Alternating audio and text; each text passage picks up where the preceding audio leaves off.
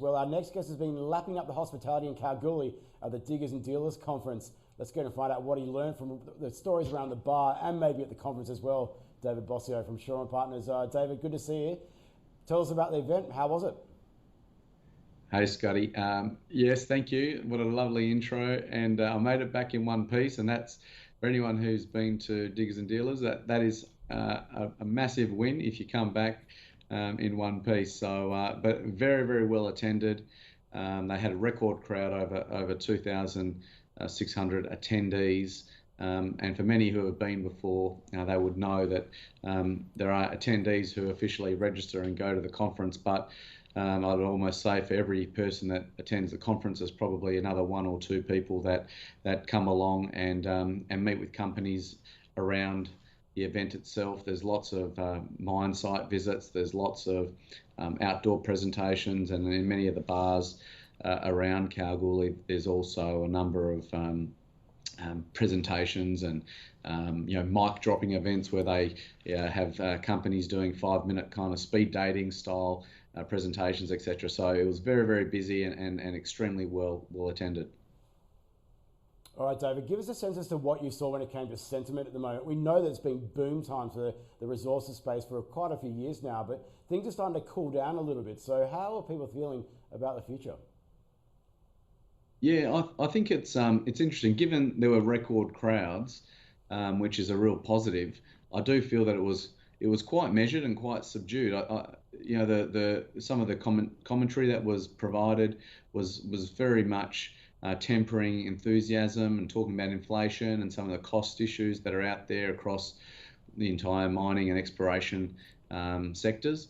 But I think there was also an underlying sort of level of excitement because the markets have had a tough year. It's been, call it, we're into our 8th month this year, and I think the markets really did slow down toward the end of 2021. So we've been well and truly 8-9 months potentially into what's been more subdued environments from a market perspective. So it kind of felt to me like there was a lot of people that have reset, a lot of share prices have reset, and now people sort of starting to commit capital again and looking for where to from here.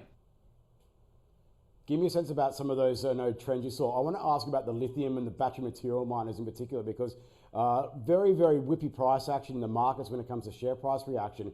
Longer term trends though, what were the big insights that you gathered from the conference? Yeah, I do feel that Kalgoorlie for from the beginning of the mining boom back in the 1800s was a gold town, has been a gold town. It's such a strong, you can't miss it. You fly in, you see the super pit. So many people there are employed in the gold industry. So gold's always a huge theme at Diggers and very well attended by the goldies, the gold producers, gold explorers. But I have to say it was the battery metals seemed to really take the cake. And if you look at who came away with the biscuits this year in the Memorial Award, which is an award by the family the Stokes family who set up Diggers. That went to a chap called Tim Goyder this year, and for many who know Tim or know of Tim, he's behind a couple of relatively successful stories, and I say that very much tongue-in-cheek. They've been extraordinary, being Chalice and Liontown. So Tim picked up that award, and that was largely probably attributed to his success with those companies. Liontown itself had the best emerging company. Now that's a $3 billion lithium company, and then you look at the best digger of the year, so they call it the best mining company award. That went to Lynas, and Lynas, for many who are familiar with the rare earth space, is an $8 billion rare earths company.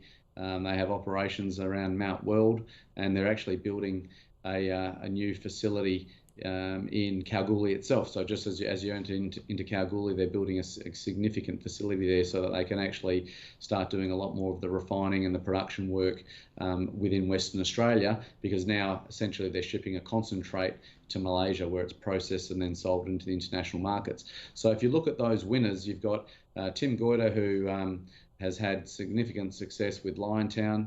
Liontown itself as a lithium, emerging lithium play, and then Lynas as a rare earth producer. And those companies, obviously Liontown and Lynas, feeding directly into that battery metals market, and rare earths obviously being a big contributor to not only the EV sectors, but also to battery technology, renewable energy, and a host of other industries. So very, very interesting to see those sorts of metals really taking centre stage. David, super quick answer. We're starting to run short on time, but just when it came to that story, you talked about the cost pressures that were taking place, difficulty in finding staff, material costs and the like.